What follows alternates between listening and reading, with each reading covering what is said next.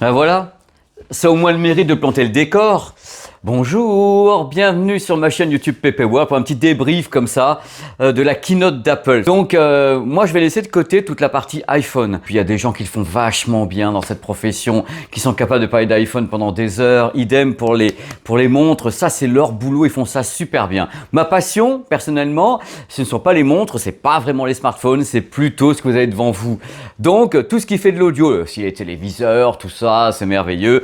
Et on n'a pas été déçus du voyage concernant la keynote d'Apple, qui a été extrêmement impressionnante parce qu'il y avait bien sûr ce qui a été préannoncé, on savait des sortes de rumeurs qui étaient là, et ce qu'on a eu sur le terrain. Et ce sont deux choses absolument différentes concernant cette keynote. C'est pour ça que je me suis dit, tiens, je vais faire un petit billet comme ça sur ma chaîne, entre nous, avec mes petits abonnés, pour qu'on discute, parce que le but de cette vidéo, c'est vraiment discuter. Étant donné que je n'ai testé aucun des produits qui a été présenté pendant cette keynote. On les aura plus tard, je vais avoir des calls avec les ingénieurs. Pour recommencer, faites l'étoile.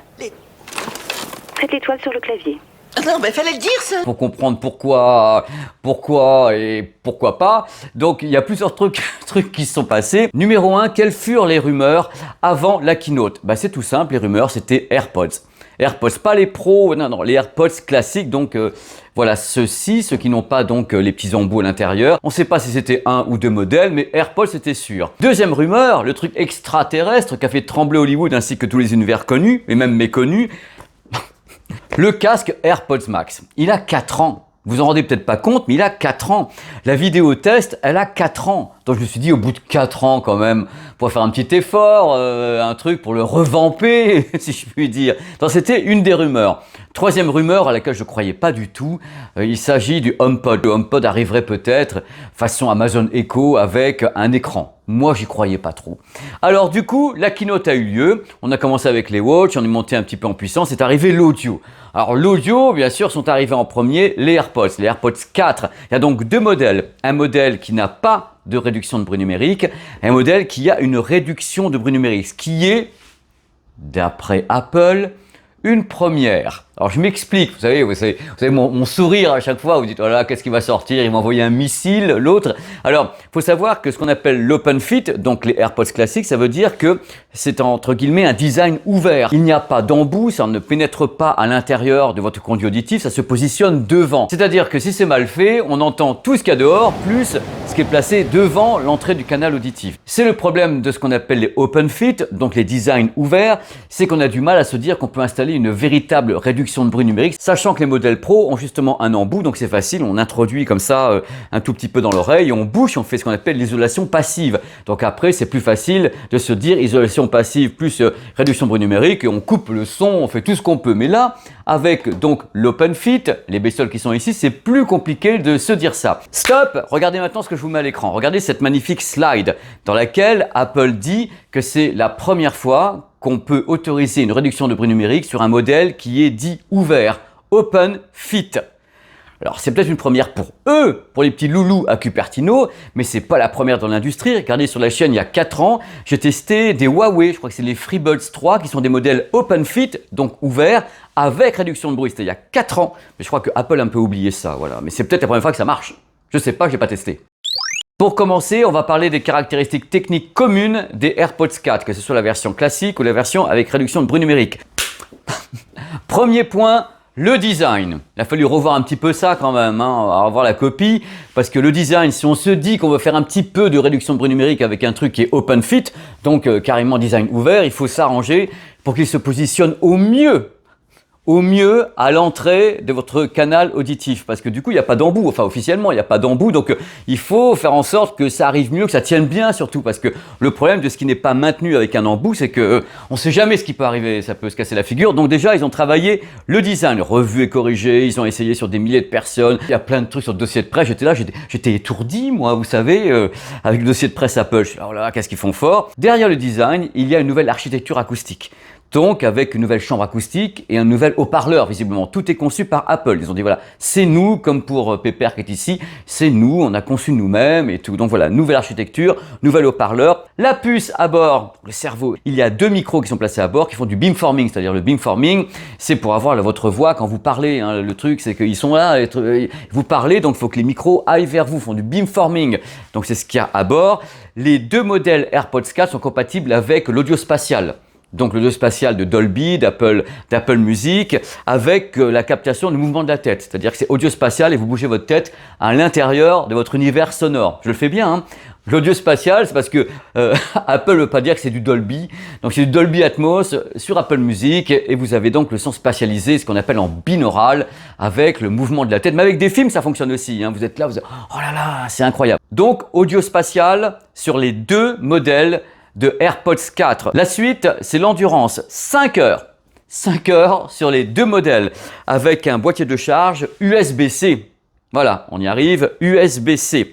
Alors, il faut savoir que justement, grâce à la puce H2 sur ces 2 modèles, les appels téléphoniques sont censés être clairs. Il y a un capteur de pression sur la tige, une réponse à Siri. Alors, si vous voulez parler à Siri, alors pour dire oui, pour dire non, c'est comme ça. Voilà. Donc vous avez les mouvements de la tête pour faire le Dolby Atmos. Vous avez oui, oui, non, non. Voilà. C'est l'histoire sans parole, c'est merveilleux. Et pour les gamers, il y aurait une faible latence annoncée. Donc dans le Bluetooth, avec les codecs classiques, hein, Apple n'a pas pété les scores au niveau des codecs Bluetooth dans l'audio. C'est toujours SBC et AAC avec une latence réduite grâce notamment à la puce H2. Alors maintenant, le modèle avec réduction de bruit numérique qui reprend des caractéristiques précitées ainsi qu'autre chose. Il ajoute à tout ça bien sûr une réduction de bruit numérique avec l'audio adaptatif. L'audio adaptatif utilise les micros des AirPods 4 en version réduction de bruit numérique pour gérer justement cette réduction de bruit numérique en fonction des bruits ambiants et tout. Et vous avez un mode détection de dialogue, c'est-à-dire que vous gardez bien sûr vos AirPods sur les oreilles, vous commencez à parler, hop, la musique se baisse. Et si quelqu'un vous parle également, oh là là, mais quelqu'un te parle, il faut l'écouter un petit peu quand même. Donc la musique se baisse. C'est pas nouveau, hein. Ça existe chez Sony et ailleurs depuis un petit moment. Globalement, moi je vous le dis, hein, on est entre nous, vous êtes mes abonnés, on est là pour discuter, pour débattre. Tout ce que je vous dis là, il n'y a rien de nouveau, hein. Il n'y a rien du tout, mais c'est peut-être mieux fait, je sais pas, que les autres. Y compris la réduction de bruit numérique sur des modèles OpenFit. Moi, j'attends ça avec impatience. Les AirPods 4 avec la version réduction de bruit numérique ont en plus un chargeur différent parce qu'il peut se charger au travers du chargeur de l'Apple Watch ou bien au travers de n'importe quel chargeur sans fil certifié QI. C'est important. On va parler des tarifs maintenant des 2 bestioles. AirPods 4 version classique, pourtant avec Dolby Atmos et tout ce qu'il faut à l'intérieur, 149 €. La version avec réduction de bruit numérique, 199 €. Vous voyez, c'est des produits qui sont d'une évolution. La puce H2 à bord, il y a un nouveau haut-parleur, nouvelle structure, Dolby Atmos, mouvement de la tête, réduction de bruit numérique sur le modèle le plus élevé. C'est intéressant. Alors vous me dites, pourquoi est-ce que tu as titré que tu étais un peu déçu et tout? Ben oui, je suis déçu. Parce que bon, d'abord, c'est vrai que c'est sympa les AirPods 4, mais c'est pas non plus une révolution en soi. Ils font des choses qui ont déjà été faites ailleurs. Faut pas se mentir dans la vie. Ça a beau être Apple, on a beau aimer les produits Apple. Moi, je suis fan du AirPods Max. Je suis fan de toutes les marques qui font quelque chose, pas que Apple. Mais ça n'a pas révolutionné le monde, ce qui a été annoncé. On sentait que ça ronronnait. En disant, on apporte des petits trucs, on a bossé sur 3 trucs, on ajuste. Mais en face, il y a du Sony, il y a du Bose, il y a des gens qui travaillent sur ce genre de choses depuis très très longtemps. On va venir sur également les évolutions liées aux AirPods Pro 2 que j'ai ici, cette fois-ci je les ai, et il y a les évolutions autour de la santé auditive, ça c'est important également, mais encore une fois vous verrez que c'est pas une nouveauté les amis, c'est quelque chose qui existe déjà chez Samsung Harman sur l'application, vous verrez tout à l'heure. Alors ma plus grosse déception, c'est cette bestiole que j'adore dans son soutif là, le truc qu'a tué Hollywood. Regardez, mais il est pas beau celui-là, il est tout cabossé, il est tombé 15 fois, c'est pas grave. Alors voici le AirPods Max qui a 4 ans, et je me suis dit, on n'a pas le droit, non, on n'a pas le droit de laisser le AirPods Max continuer à vivre au bout de 4 ans sans lui faire un petit truc pour dire voilà, on a fait des trucs dessus, on a écouté ce que disent les gens parce que tout le monde n'est pas toujours d'accord avec les choix d'Apple. Qui plus est qu'il n'y ait pas de bouton on-off dessus. Quelque part c'est un problème parce que le produit, si vous l'avez sans ça, il se balade dans votre sac, il y a une gyroscopie à l'intérieur notamment qui dit qu'il est en route. C'est-à-dire vous le mettez dans le sac, oh je suis content, je vais à la montagne, et vous le sortez, il est vide. Ce qui s'est dit, moi aussi je suis en vadrouille, il s'est pas arrêté. Donc déjà si Apple sur une version 2024 avait mis un bouton on-off, je sais c'est pas joli, mais au moins ça sauve la batterie, on-off ça n'a pas été fait. Donc les nouveautés concernant le AirPods Max la version 1,01 sont les suivantes. 5 couleurs au choix. Merveille. Et un port USB-C. Voilà les nouveautés pour le AirPods Max, un produit qui se vend bien parce que moi j'en vois partout, j'en vois de plus en plus, même s'il est cher, les prix descendent un petit peu quelque part et c'est un merveilleux casque. Vous voyez ce que j'en pense? Je pense que c'est la meilleure réduction de bruit qui existe, c'est pas le meilleur son, mais c'est la meilleure réduction de bruit qui existe et voilà, le produit est solide, c'est du métal, c'est pour, regardez moi je tape dessus, j'ai honte, mais j'ai honte, c'est du métal, c'est pour ça qu'il coûte cher parce que ça change des structures en plastique qu'on entend vachement. Quand vous avez un casque avec une structure en plastique, c'est vrai que vous entendez les bruits de structure. Avec ça, ainsi que le mesh ici, on n'entend pas le bruit de structure. Vous avez le mesh ici qui se détend comme un malade. Ils auraient pu revoir ça également. C'est qu'à un moment donné, pour les mecs chevelus comme moi, avant, oh là, ça il me parle. J'étais là, comme ça, et puis ça faisait un rebondi. Maintenant, il n'y a plus rien du tout, c'est mon crâne qui touche. Voilà, alors il y a des trucs qui vont pas également, parce que je me dis des tas de choses.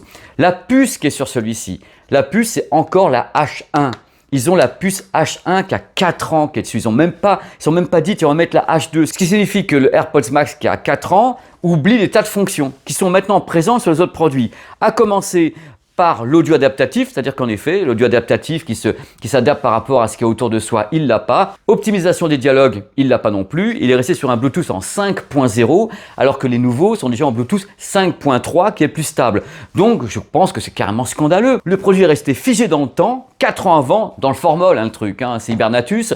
Et ils ont seulement changé ici industriellement, ils ont mis un port USB-C, ils ont changé les couleurs, ils ont dit, allez, on continue pour 4 ans. Je pense que le public aurait aimé que cette figure de proue qu'est le AirPods Max se hisse justement à la hauteur technique des AirPods Pro 2 ou bien des AirPods 4 en version réduction de bruit numérique avec la puce H2. Et justement, les AirPods Pro 2 en version USB-C ont la possibilité d'avoir un codec lossless, codec audio sans perte entre eux et le casque Apple Vision Pro. Et bon, bien sûr, c'était difficile de mettre le casque à un casque, mais celui-ci est resté carrément à la traîne. Je pense que c'est l'oublié. Il est carrément oublié de la gamme, on fait évoluer les petits. Celui-ci qui est un monstre, qui a 9 micros à bord, qui a plein de trucs, on aurait pu faire évoluer encore plus, lui balancer la puce H2, lui mettre l'optimisation des dialogues, des tas de choses comme ça, c'est un casque magnifique. Eh ben non, on reste avec des couleurs et un port USB. Moi, c'est une déception gigantesque. C'était l'occasion rêvée de le faire évoluer, ce produit, et pas laisser uniquement la place aux petites choses qui se vendront plus. C'est simple, parce que voilà, il coûte 3 fois plus cher que les autres, mais le casque, c'est noble. Et 4 ans, quand même 4 ans, on a le temps de réfléchir en 4 ans quand on est des ingénieurs. On doit se dire, en 4 ans, j'ai fait un truc il y a 4 ans, qu'est-ce que je pourrais faire maintenant pour répondre à ce que veulent les gens? Bah, c'est tout simple, on-off, une nouvelle puce, optimisation des dialogues, des trucs comme ça qui peuvent intervenir là-dessus. Une nouvelle conception avec le mesh, il y a plein de choses à faire évoluer et ça n'a pas été fait. Donc, je suis mécontent, comme j'ai pleuré.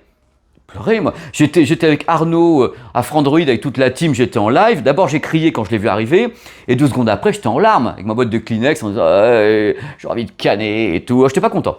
Donc dis-moi ce que vous en pensez également. Et maintenant, on va parler des AirPods Pro 2 que vous avez ici, les AirPods Pro qui évoluent. Ils évoluent sans évoluer. C'est ce qu'ils savent faire qui évolue, puisqu'on va attaquer quelque chose qui s'appelle la santé auditive. Alors, c'est pas une nouveauté, encore une fois, c'est utilisé par d'autres marques. C'est de se dire, est-ce que ces produits peuvent pas également aider les personnes qui entendraient légèrement mal à entendre mieux, tout simplement. Donc, ils parlent de santé auditive. Alors, pour cela, ils ont une protection des bruits forts, déjà. Alors, ils le mettent sur les deux parce qu'il y a un embout.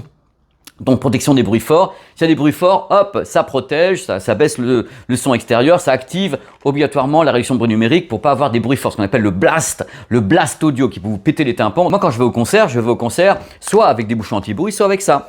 Parce qu'en effet, je baisse déjà de 20 à 30 dB, ça m'évite de m'exposer les tympans, on ne sait jamais, j'ai besoin de mes oreilles pour travailler, messieurs, dames. Donc la protection auditive arrive sur les AirPods Pro 2, USB et Lightning, avec en plus un test d'audition qu'on fait au travers de l'iPhone ou de l'iPad pour tester votre audition. Voilà, c'est tout simplement des données qu'on peut carrément filer à un médecin, un ORL, vous dites voilà, voici ce qu'ont donné les analyses de la part du système, puisqu'ils ont créé en effet la protection auditive avec des médecins, avec plein de gens, pour essayer d'aider les gens à préserver leur audition au maximum pour écouter tous ces beaux produits. Il faut avoir des belles oreilles et pas tout se bousiller. Oh là là, on est immortel. Bah non, les oreilles quand ça pète c'est comme les dents, hein, ça repousse pas. Hein. Voilà. Oh, le truc de daron, j'en peux plus. Ce qui est important quand on commence à entendre un petit peu moins bien, c'est de continuer surtout à entendre les dialogues, c'est-à-dire pouvoir communiquer, ne pas être isolé des autres.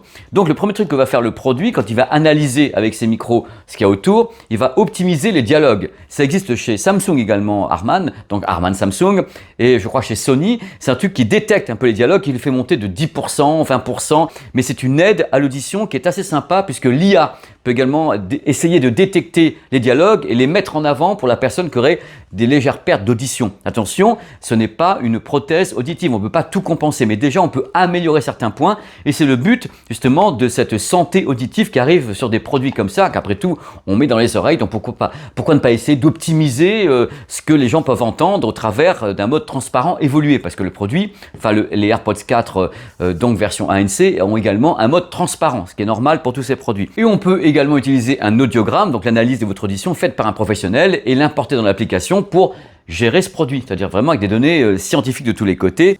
Attention, tout ce que je viens de vous dire concernant l'aide à l'audition et la santé auditive, c'est pas encore prévu pour la France. Je crois qu'il y a une centaine de pays qui sont prévus, mais ça va arriver progressivement. Je pense peut-être 2025, voilà, je sais pas quand, mais il y a plusieurs prévisions de date d'introduction de l'aide à l'audition sur donc les AirPods Pro 2. Ah, voilà ce que j'avais.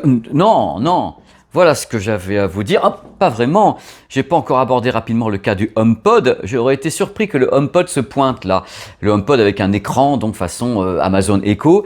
Je suis un peu circonspect pour l'avenir du HomePod également. J'ai pas l'impression que Apple a beaucoup d'ambition là-dessus. On ne voit plus dans les pubs, on a l'impression qu'il n'existe plus. C'est très étrange. C'est très étrange aussi, ça fait partie des mystères de Cupertino. On pourrait faire un film comme ça. Les mystères de Cupertino, c'est comme le multichargeur, les trucs comme ça, sans fil. Le HomePod, je le sens mal. J'espère me tromper, hein. Je suis un gars, j'espère me tromper parce que là, par contre, je croyais vraiment qu'ils allaient sortir une version 2. Hein. Là, c'est même pas la version 1.01, c'est la version 1.0 avec un truc. Voilà ce que j'avais à vous dire pour ce petit débrief qu'on a fait ensemble, comme ça, à la couche. J'aurais pu faire un live, mais je me dis, le live, aux heures où je tourne les vidéos, il est 1h du matin, je dis, ça va pas le faire. Donc je préfère faire une vidéo et vous dire, on va commenter, pour bien lire vos commentaires, parce que c'est important de lire vos commentaires, voir ce que vous pensez de tout ça. Est-ce que vous êtes déçus par la conférence Apple? Est-ce que vous attendiez quelque chose, messieurs, dames, de la conférence Apple où vous vous dites, oh là là, c'est la redondance totale, ça va être encore les mêmes produits, on va dire amazing, it's amazing, ça n'a jamais été fait avant, c'est le plus bel AirPod qu'on ait jamais fait. Oui, c'est le discours commercial. Mais vous, par exemple, est-ce que vous êtes heureux de l'arrivée des AirPods 4 en version réduction de bruit numérique? Ça vous intrigue? Est-ce que vous auriez en effet aimé une nouvelle version du casque AirPods Max? Est-ce que vous auriez aimé peut-être une nouvelle version des AirPods Pro 2 USB avec d'autres choses par-dessus? Voilà, il y a la version avec maintenant l'analyse auditive et la santé de vos oreilles. Mais dites-moi ce que vous attendiez. Qu'est-ce que vous en pensez? C'est ça qui m'intéresse, c'est ce que vous en pensez. On en reparlera également dans l'émission Tech On Me, on en reparlera dans les médias, partout, et je vais tester les AirPods 4 en version réduction de bruit numérique. Mais avant, il faut que je parle aux ingénieurs justement d'Apple. J'ai une petite call comme ça, une petite visio pour leur dire, alors, il est où? Ils vont dire, de toute façon, nous on est là pour parler de cela. Voilà, je connais la réponse. Donc voilà, je vous l'ai mis pendant tout le truc parce que je l'aime bien ce produit. Moi, je suis très attaché à mon AirPods Max parce qu'il me coupe bien les bruits dans l'avion et dans le métro. J'entends rien du tout, j'entends personne crier. C'est tellement beau. Bon, dans tous les cas, merci d'avoir suivi cette vidéo news billet d'humeur. Et cette fois-ci, c'est la vraie fin de cette vidéo. Faite en impro total. Hein, j'avais pris 3-4 notes comme ça. Et je me suis dit, allez, on va improviser, donc dire des bêtises. Parce que quand tu improvises, tu dis des bêtises. C'est le lendemain que tu te dis que tu as dit une connerie, mais tu sais pas quand tu le dis. C'est ça qui est merveilleux. Allez, ciao. Je vous embrasse, je vous remercie beaucoup d'être dans les parages. Je vais vous lire. Allez, ciao. Hold on my heart.